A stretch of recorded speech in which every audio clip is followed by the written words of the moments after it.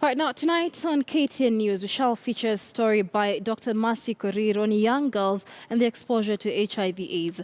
The fight against HIV in the country is often met with new challenges, even as some are overcome. In regions where the motorcycle, popularly known as Bodaboda, is a major means of transport, school-going girls are easy prey for the riders. This, locals say, contribute to the spread of HIV, early pregnancies and school dropouts.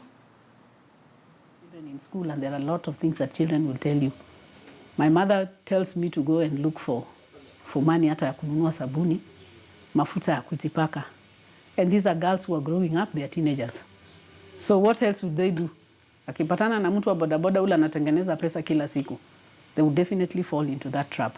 Kama mtu wa bodaboda ako na virusi, naende na mtoto, hata ende na mama wengine, na huyo hakuwa nayo. Si huyu mama amepata au mtoto huyu amepata.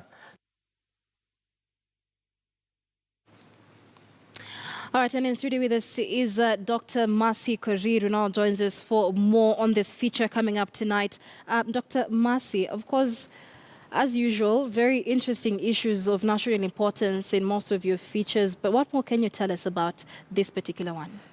Well, this particular one we found is sort of a unique challenge, especially because it's in Kisumu, Siaya, Busia, the areas where you find that bodaboda is the main means of transport for most people. So these bodabodas are the ones that take girls to school very early in the morning and late in the evening.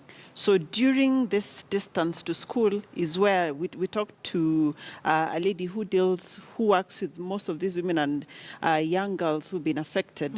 And they tell us at these times when they're being taken to school or back from school is when now the bodaboda riders take advantage of the girls. Yes. What has this done to the population living with HIV in the region? Definitely it has increased. If you look at the statistics from 2016, Kisumu, for example, Kisumu, Siaya and Homa Bay report more than 15% HIV prevalence. The country's average is 6%. That tells you the prevalence is quite high.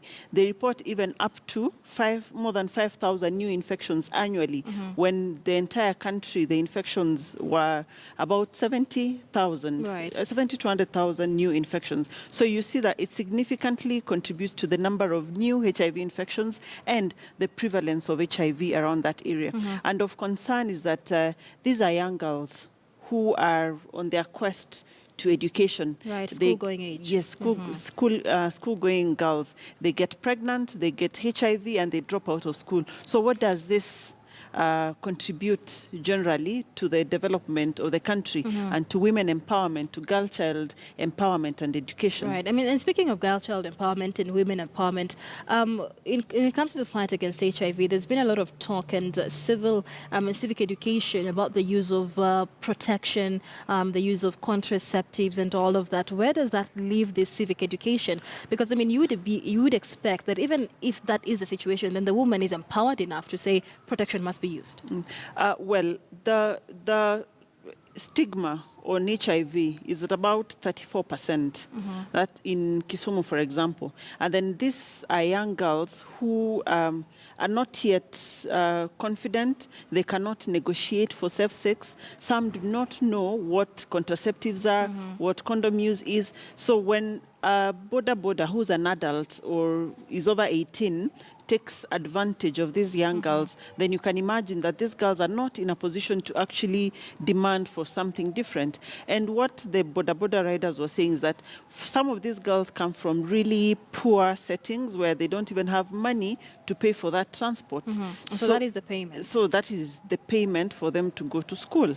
So you find that it's almost like a vicious cycle from poverty to education, where if one problem is not solved, then it leads to the other one. Another problem. But, you know, even from our school-going days, there's been a lot of complaints that the sex education that we received back then isn't really applicable in our day-to-day lives. Because, like you mentioned, these are young girls, but at this age, they should know about contraceptives because we have sex education being provided for in schools. So in terms of just working on this as a society, what is it that we still need to do, especially in that school curriculum?